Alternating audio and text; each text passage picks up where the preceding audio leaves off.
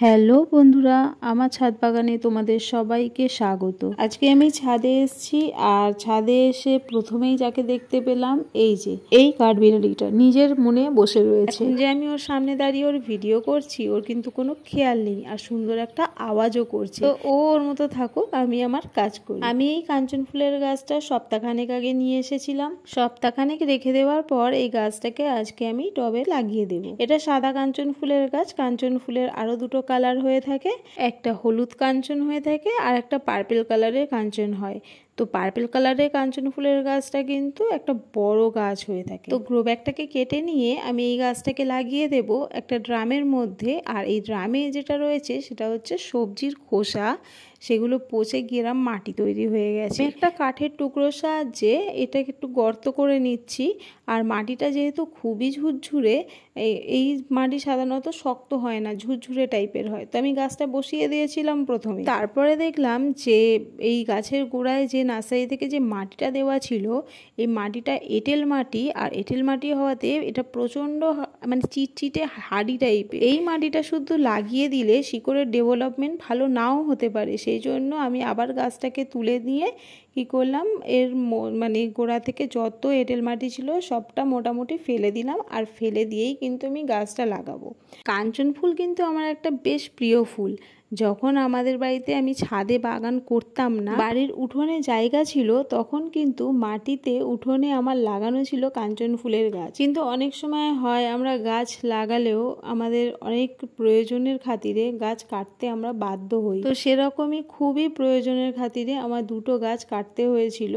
তো তারপরেও আমি একবার টবে একটা লাগিয়েছিলাম, কিন্তু সেই গাছটা আমার ভালো হয়, এই জন্য এবারে আবার একটা গাছ এনে লাগালাম। কিন্তু বর্ষাকাল, মাঝে মাঝে বৃষ্টি হচ্ছে, মাটিও ভিজে, তাই এখন জল দেব না। আমার গাছটা কিন্তু লাগানো হয়ে গেছে।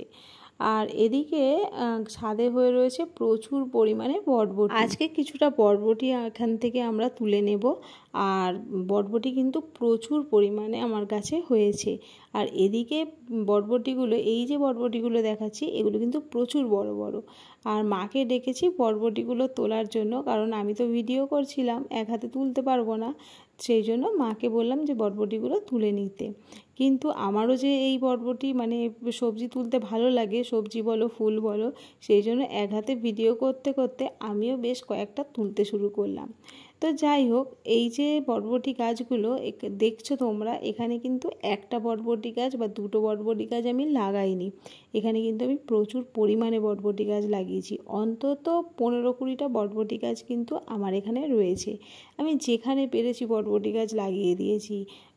থার্মোকলের ক্রেটে, ওপরে যে কালো কালো গ্রো ব্যাগগুলো দেখতে পাচ্ছ তোমরা, ওগুলোর মধ্যেও সব বীজ দিয়েছিলাম। আর ওখান থেকেও কিন্তু ভালো বরবটি গাছ হয়েছে। গত বছর যখন বরবটি গাছ লাগিয়েছিলাম, তখন আমার বরবটি গাছ সম্পর্কে কোনো ধারণা ছিল না। এমনি নার্সারি থেকে গিয়ে কয়েকটা বীজ নিয়ে এসেছিলাম কিনে, আর যেখানে পেরেছিলাম, জায়গা ছিল না লাগানোর, ছোট ছোট গ্রো ব্যাগের মধ্যে লাগিয়ে দিয়েছিলাম। আর তাতেই দেখেছিলাম কত ফলন হয়েছিল। আর তখনই আমি ঠিক করেছিলাম যে এই বছর আমি অনেক পরিমাণে এই গাছ লাগাবো। আর ওপরে এই যে গ্রো ব্যাগগুলো রয়েছে, এই গ্রো ব্যাগগুলোর মধ্যেই কিন্তু সব বীজ দেওয়া রয়েছে। আর নিচের কয়েকটা থার্মোকলের পেটিতেও দেওয়া রয়েছে। তো এই দিকটা মা এসে পারতে পারবে না, কারণ নিচেই থার্মোকলের পেটি, টমেটো ক্রেট এগুলো রাখা রয়েছে। তাই এদিকের বরবটিগুলো আমিই পেরে নিলাম। আর এগুলো গাছের জিনিস তো, তুলতেও বেশ ভালো লাগে, আর তোলার থেকে দেখতেও বেশি ভালো লাগে। এই জন্য এতদিন তুলিনি, যে দেখতে ভালো লাগছে বলে। আর আমরা কিন্তু একেবারেই সব বরবটি তুলে নিচ্ছি না, এটা মনে হয় আমাদের 5 নম্বর হারভেস্ট। আর এদিকে আমাদের এই যে অ্যালামন্ডা গাছটা রেখেছি, এখানেও কিন্তু বরবটি ঝুলে রয়েছে।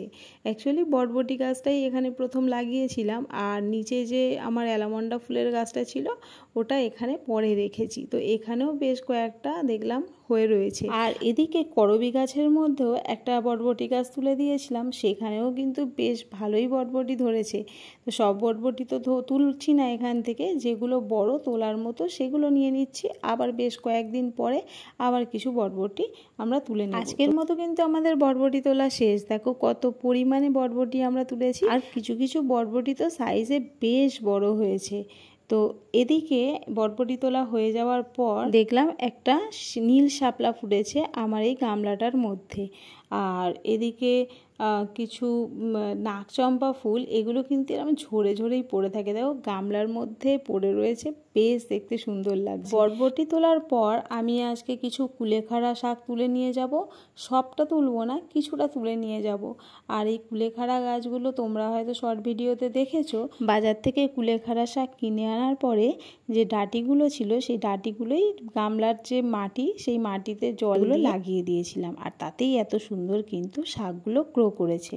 তো আজকে সব শাক তুলবো না, কিছুটা দরকার ছিল তাই তুলে নিয়ে চলে যাব। বাড়িতে এইভাবে ছোট ছোট গামলার মধ্যে করলে কিন্তু মানে বিনা সারের শাক কিন্তু ভালোইভাবে পাওয়া যায়, আর এক সপ্তাহ ছাড়া ছাড়া ছাদ থেকেই সুন্দরভাবে কালেক্ট করা যায়। তো কুলেখাড়া শাক যেহেতু খুবই উপকারী একটা শাক, আর সেই জন্যই এই ছাদের মধ্যে লাগিয়ে রাখা। তো আজকে এইটুকু কুলেখাড়া শাকই তুলে নিলাম। এখন আমি নিচে যাব, আর যেতে যেতে তোমাদের একটা জিনিস দেখো। ফুল গাছের ডালটা আমি সপ্তাহ 2 আগে এনে লাগিয়ে দিয়েছিলাম। এই ফুল গাছটার নাম আমি জানি না, রঙ্গন ফুল গাছের মতো থোকা থোকা লাল লাল ফুল হয়, আর লতানে টাইপের গাছটা হয়। ডালটার মধ্যে থেকে কিন্তু পাতা ছাড়তে শুরু করেছে। তো আজকের ভিডিওটা এই পর্যন্তই। যদি এই ভিডিওটা তোমাদের ভালো লেগে থাকে তাহলে আমার এই ভিডিওটাকে তোমরা লাইক করো, শেয়ার করো, আর যদি আমার এই চ্যানেলের ভিডিও তোমাদের ভালো লাগে তাহলে আমার এই চ্যানেলটাকে সাবস্ক্রাইব করো। তো আজ আসি, দেখা হবে অন্য কোনো ভিডিওতে। Thank you.